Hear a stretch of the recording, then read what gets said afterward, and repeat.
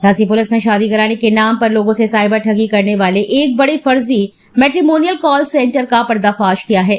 थाना नवाबाद पुलिस और cyber team ने संयुक्त कार्यवाही करते हुए गिरोह के 11 सदस्यों को गिरफ्तार किया है। आरोपियों के कब्जे से mobile phone, MacBook, computer, ATM card, chequebook, biometric machine समेत करीब 9 लाख रुपए का सामान बरामद हुआ है। वहीं विभिन्न बैंकों के 7 खातों में 41 लाख रुपए के लेन-देन के दस्तावेज भी मिले हैं, जिनकी फ्रीजिंग की कार्रवाई की जा रही है। झांसी में साइबर ठगी के खिलाफ पुलिस को बड़ी सफलता मिली है। थाना नवाबाद पुलिस और साइबर टीम ने शादी कराने के नाम पर लोगों को ठगने वाले फर्जी मैट्रिमोनियल कॉल सेंटर का खुलासा किया है। पुलिस को सूचना मिली थी कि राय कॉलोनी स्थित एक मकान में फर्जी कॉल सेंटर संचालित किया जा रहा है। अपर नगर मजिस्ट्रेट से अनुमति मिलने के बाद पुलिस ने मौके पर छापा मारा और वहां से 9 महिलाओं समेत कुल 11 आरोपियों को गिरफ्तार किया है। पूछताछ में आरोपियों ने बताया कि वे नौकरी के नाम पर कॉल सेंटर में काम करते थे और शादी कराने का झांसा देकर लोगों को अपने जाल में फंसाते थे। इसके बाद संचालकों के बताए बैंक खातों और क्यूआर कोड पर रकम जमा कराई जाती थी।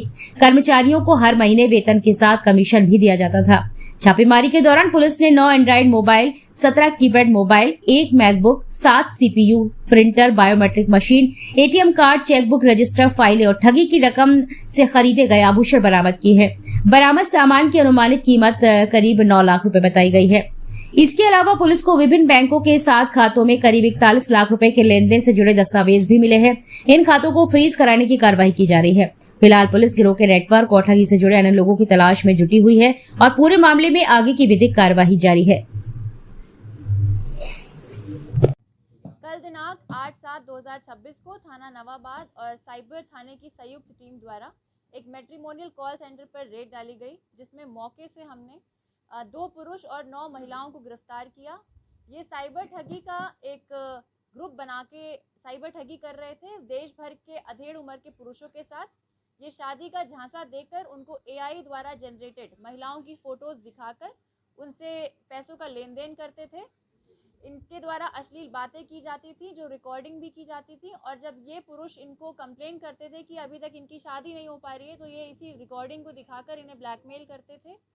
इनके पास से जो बरामदगी है वो भारी मात्रा में keypad mobile phones, smartphones, laptop, computer और रजिस्टर्स, जिसमें ये अपना अपना बैलेंस शीट बनाती थी लड़कियां।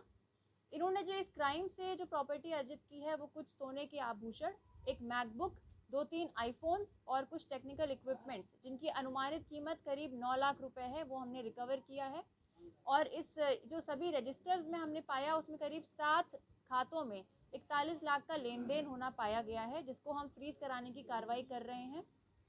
इसमें जो 2 मुख्य अपराधी हैं वो छत्तीसगढ़ से आए हैं और छत्तीसगढ़ में उन्होंने ये काम सीखा, उसके बाद यहाँ आके करीब 3-4 साल से झांसी में वो इसी काम को कर रहे हैं। सभी अभियुक्तों को न्यायालय के सामने पेश किया गया है। अग्रिम विधिक कार्रवाई प्रचलित है। ये लड़कियां कहाँ की रहने वाली हैं?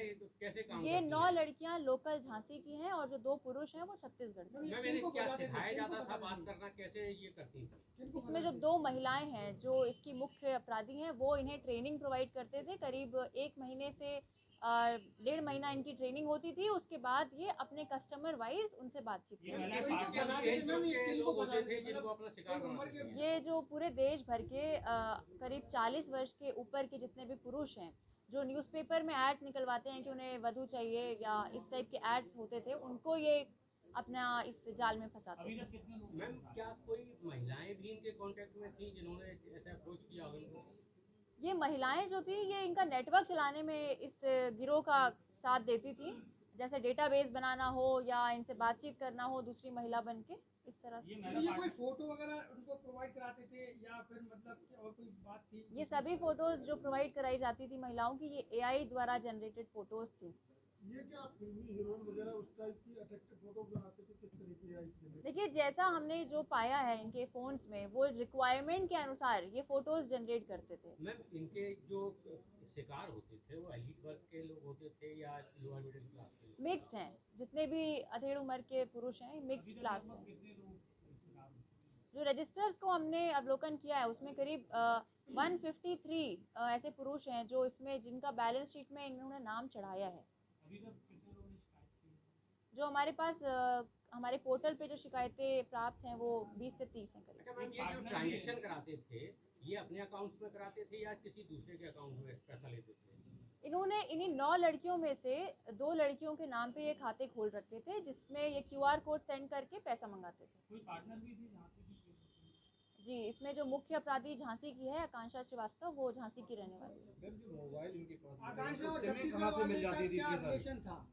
आकांक्षा और जो हलदर साहू है, ये दोनों पार्टनर्स थे। जो मैट्रिमोनियल साइट चल रही थी उसके ये दोनों पार्टनर्स थे। मैम इन्हें सिम आसानी से कैसे मिल जाती है? इतनी सारे मोबाइल्स मिले हैं, कहाँ से सिम किस तरीके से अर्जित? देखिए, कुछ पॉइंट ऑफ सेल ऐसे हैं जहाँ पे इस तरह का इलीगल सिम का वितरण होता है, उस पर भी हम कार्रवाई लगातार कर रहे हैं। क्या ये लड़कियों को और जो पुरुषों से मिलवाते थे, क्या ये फिजिकली मिलवाते थे या फिर सिर्फ नहीं, ये फोन के पूरा साथ? ऑनलाइन था, ऑफलाइन इसमें कोई काम नहीं था।